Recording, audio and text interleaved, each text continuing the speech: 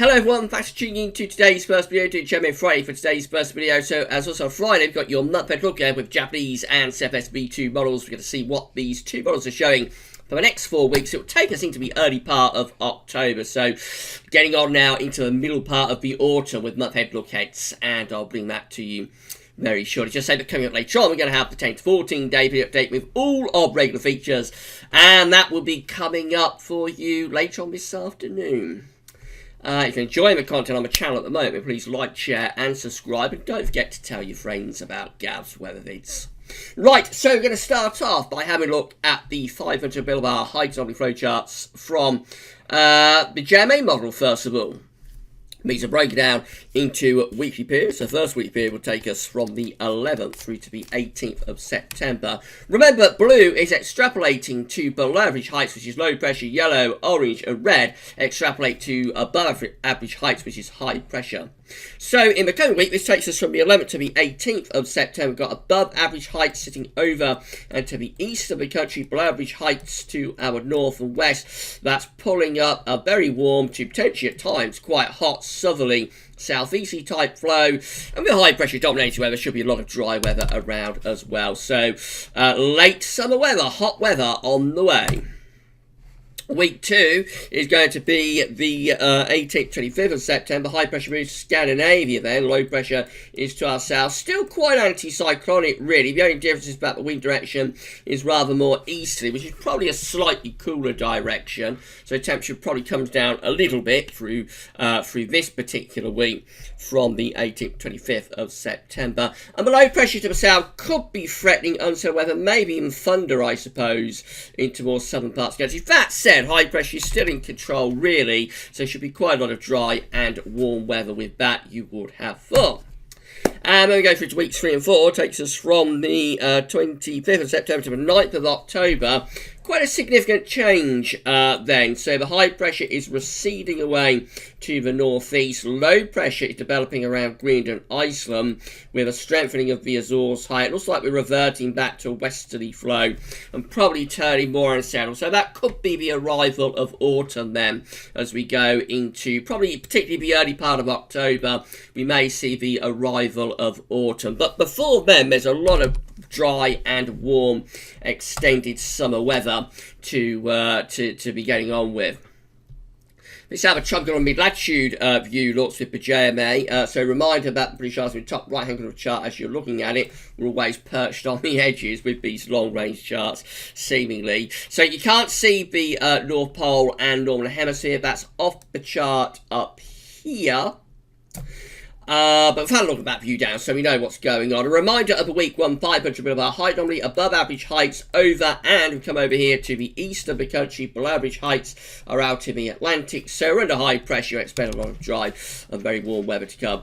Temperature anomalies in the week ahead from the 11th to the 18th of September are going to be above average, particularly so for England and Wales. A very warm week coming up for much of Europe, and rainfall anomalies, as you'd expect, with high pressure dominating, are pretty much drier than average through most areas. Week 2, 500 millibar height anomaly, the 18th, 21st of September, takes high pressure to Scandinavia. So you can't see Scandinavia, but it's off the chart up here. You can just make it out over this side of the chart, actually, with those yellow and orange curves. So high pressure centres over Scandinavia, low pressure to our south. That might be threatening some thunder into the south. Winds will be in from the east. Probably just a little bit cooler, I would have thought, in this week. The temperature on me is coming down as the wind turns into the east. It's still a bit above average, but it is coming down in week 2 compared to week 1. It's reverting back closer to average. It also starting to go a little bit more unsettled, particularly for England and Wales. Rainfall anomalies just creeping up a little bit there. I recommend there might be some sort of fungy breakdown going on in this week from the 18th, 25th September. Might be some fungy weather, and then temperatures cooling down a little bit with winds swinging into the east. And then weeks 3 and 4, which is the 25th September to the 9th of October, all change as below average heights, low pressure comes back to our north, above average heights pulling to the middle of the Atlantic. Winds look like they're turning more westerly, probably in this week. So the temperature anomaly is cooling down, so actually perhaps seems to get being a little bit cooler than average here as we come to the very end of September and into the start of October. Maybe even more of a northwesterly flow, perhaps, rather than a westerly, perhaps going into more of a northwesterly flow, bringing the temperature down. It's also turning unsettled as well, with rainfall anomalies going above average through all parts of the country and island as well.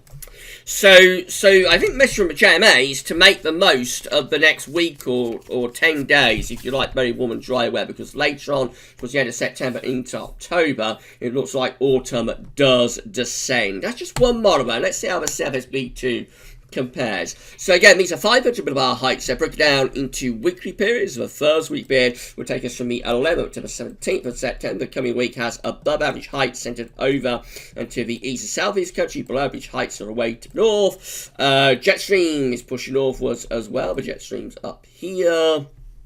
And we'll be drawing up a very warm, or we will be drawing up a very warm or even hot southerly wind.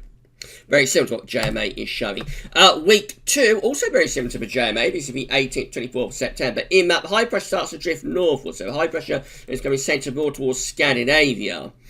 Still high pressure dominated though, so there should be a lot of dry weather, but the only difference is that the wind direction is changing from like a southerly southeasterly to more of an easterly to perhaps even slightly northeasterly. So temperature probably beginning to come down a little bit there, 18th to 24th of September. Still a lot of dry and you will think pretty warm late summer weather. We're going to week 3, which is the 25th of September, 1st of October. High pressure really on the move there, starting to push out into the middle of the North Atlantic, call that retrogression.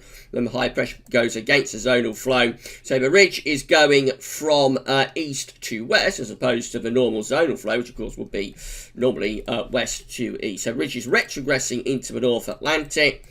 I will think that's hinting at a breakdown, probably turning more showery, and it should be turning cooler as well there through the final week of September.